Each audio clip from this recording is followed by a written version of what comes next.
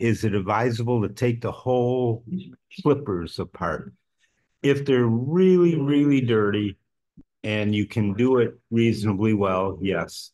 If you have, like I was showing you the pruners that I was working on, the Falcos, you could order new parts for them too, and do that. Yeah. Okay, how do you get burrs off inside pruner edge without the sharpener? Just use the honing a little file flat on it, not at an angle. Yeah, if there's a burr on the inside edge, all you can do is try to knock that burr off. And what's going to happen is you'll have a little nick there in the blade. You're kind of stuck with when you cut something that hard that didn't want to be cut or ran into somebody's metal fence while you were cutting things. That's sometimes a real good reason to get a new blade for the pruners. Such great information. Really appreciate the practical advice, especially about the Band-Aids, realizing the importance of a thorough cleaning first. Thank you, Steve. Show us how to clean the teeth of a saw. Okay. Okay, we'll in my opinion, oh yeah, right. C says forget it. Forget it. Just we buy the Corona saws. They're probably $35 to $50, something along there. If it gets dull, to be honest, it's a real skill to sharpen a saw well. Yeah. Well, that's an important point. But Janet is. I did sharpen one of my pruning saws one time. Yeah. She has done it, and you can do it. Somebody wants to know more about maple jelly. Where did that come from? Navel jelly. I was talking about. Oh, yeah, no maple jelly involved. It was navel jelly. Navel jelly, NAVAL. Like, okay, so we have a pruning saw here. Farther. Which has, you can see, well, maybe you can see, it has sawdust and pieces of wood in the teeth right now, and it is already, although I've cleaned it probably before I used it that last time, you may be able to see that there's streaks on it already, where sap is beginning to build up. So the first thing I'm going to do with this is lay it down on a piece of paper. It's funny, I picked the table with the least paper on it. I'm going to put it down on a piece of paper, and I'm going to put WD-40 onto the blade and let it soak in. I don't know how well they're here.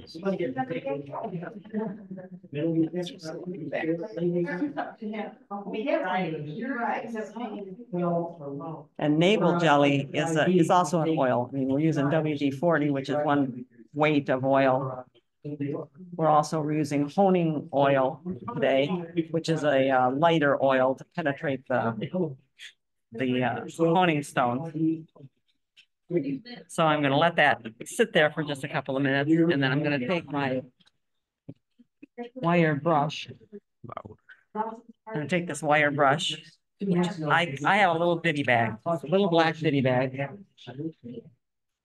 And in this ditty bag, I carry a little thing of oil, a little thing of honing oil, a honing stone, a scraper to scrape the dirt off of shovels and spades and those kinds of things, and a little wire brush.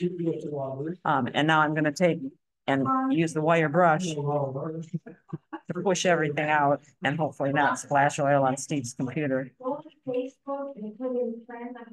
I'm going to have to clean it out that way.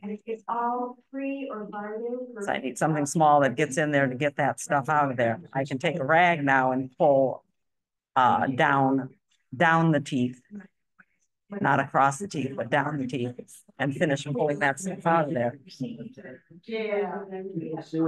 Reaching for a rag. Then I can take that and wrap the blade and pull this way. I've loosened it up and now I'm pulling it out. Oh, right. Yeah. It's called plantaholics. And I'm using the oil as a solvent to get that sap off of there, because the sap is nothing but drag when I'm working. And I do not like a saw to drag any more than it has to. Now I would take I've been walking all around the room with my Oh, yeah. blades. Your little file. Little triangular file. Yeah, I saw it. It's got to be someplace on Diana's side of the table. Okay, but I was working on. We'll let that one sit here until we get our little triangular file. I was working on a handle, a wooden handle. This wooden handle has several places on it that have been scuffed up. And when you pull your hand across it, you can feel that they're rough. Those are destined to become splinters in your hand. So you can clean the handle off with some Murphy's oil soap or some kind of a soap and water. And then use a bit of sandpaper. I've got sandpaper on here right now. Use a bit of sandpaper to just smooth it out. And then put linseed oil on that handle all the way down to where it joins the head, and let the wood soak up that oil. Uh-oh. I think our linseed oil is not going to want to open for me, Steve. That's why I have No, how about that? It open. Now, careful. Careful by your hat. More by the computer. Okay. Well then I will bring the handle back after I have put oil on it. There's a lady that runs the name's Marcella. Hang in there. Yeah, so let's sit. Oh, you want some good free stuff? It's way free stuff. I don't have stuff I can throw away. That's awesome. Yeah. I can put it out right. I'm putting linseed oil because linseed is a plant-based oil, which is more readily going to be absorbed into the cells. There's still cells there. They're dead wood cells now, but it's going to be more easily absorbed into there. And what that does is keep the wood from shrinking, doing things like shrinking out of the head, out of the socket piece that it's stuck in. I need a little bit more oil in this rag. Thank you.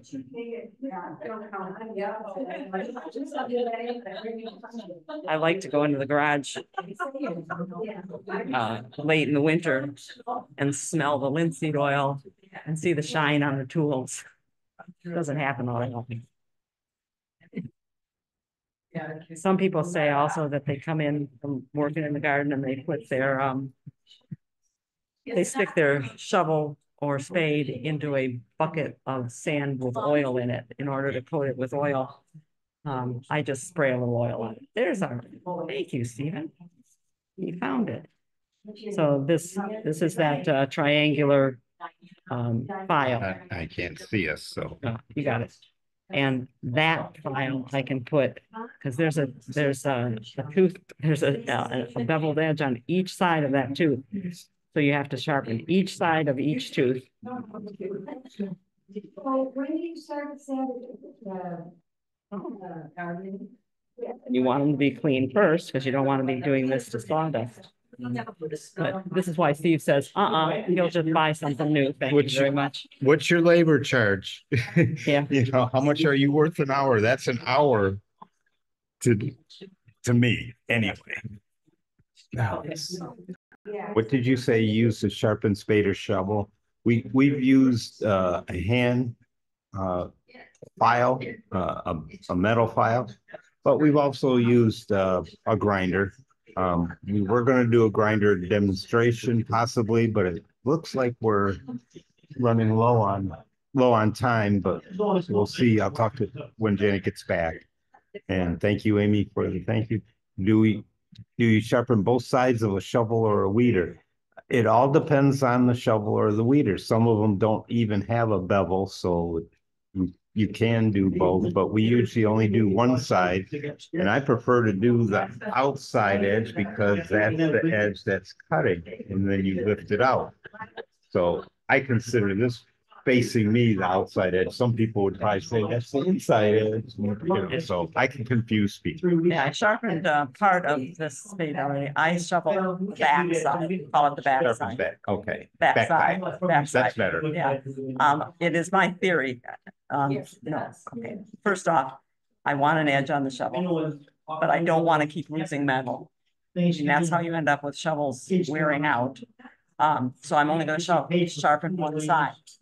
My theory is that I do a lot of cutting and lifting and throwing. Like so, I throw this soil that I dug up. So the top side gets more scraping, I think, than the bottom side does. And so I can hold my edge better on the back side. So that's why I do the back side. That allows you, I still say it allows you to cut better Yeah, than the other. But it's one or the other. So I'm gonna clean just this edge and then go finish sharpening this because we're just about out of time and have to clean up here. I'm trying to figure out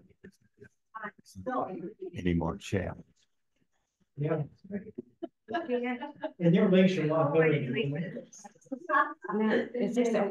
think that was it for the chat. Are there any questions from anybody?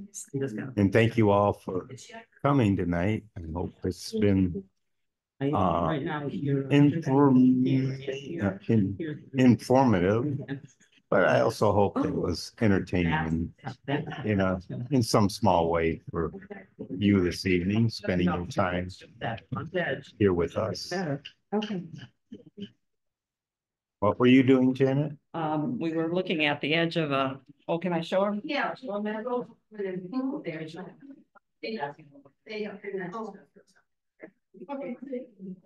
We were looking at head shears. And Jill was asking, what do I sharpen now? She's got most of the rust off of them. It's the gunk off of the rust and sap. And what she's sharpening is just this edge, just the leading edge is what needs to be sharpened.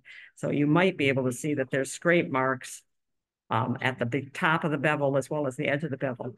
We don't need to be toning up here, just down here on this part, just on the outside edge. That's what we were looking at. Yep. I'm glad if you could come with us. Yes, thank you. And invite us out sometime so we can give us a place to set up and do tools with someone else because it's fun to do. It's fun to sit and talk and look at other people's tools.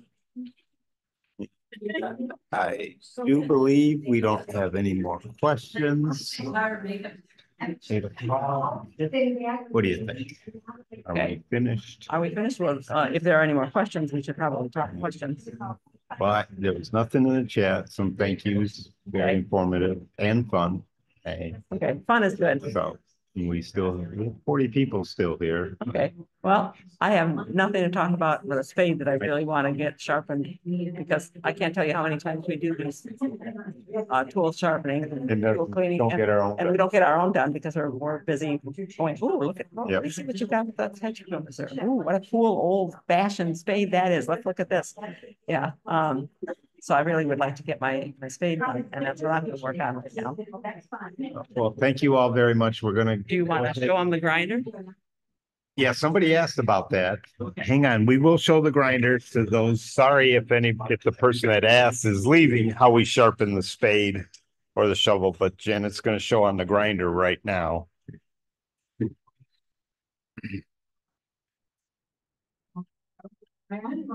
Where am I? So we got a little bench grinder here. I don't know where I am. Janet. Well, I will tell you.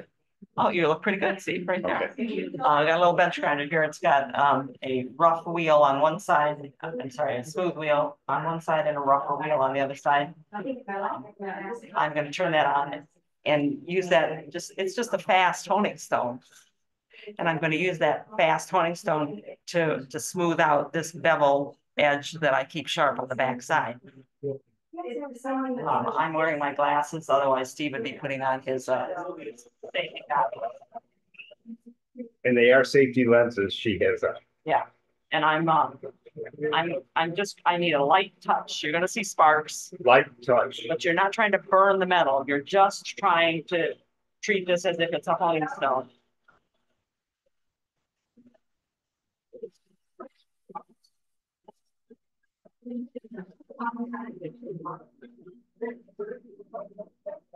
And you do this.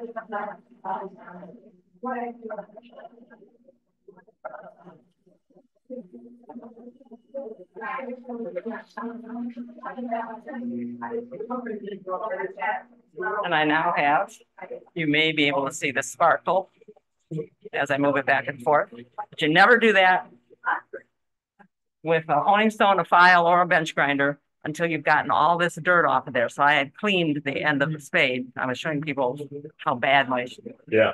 that's what I get for edging gardens in December and coming in the dark. And I left my spade sitting out there with wet soil on it. And every bit of that wet soil is going to be nothing but rust underneath there. Okay. Again, thank you, everybody, for attending. Hope to see you again on Saturday. We will be sending out the invitation for this webinar, the Collector's Garden Weekend Walkabout, our Weekend Walkabout 154, a collector's garden with our special guests, Cheryl and Pierre Benerup. And hope to see you then. Truly special. The invitation will be out tomorrow. Ta-ta for now, everybody. Take care and be safe. And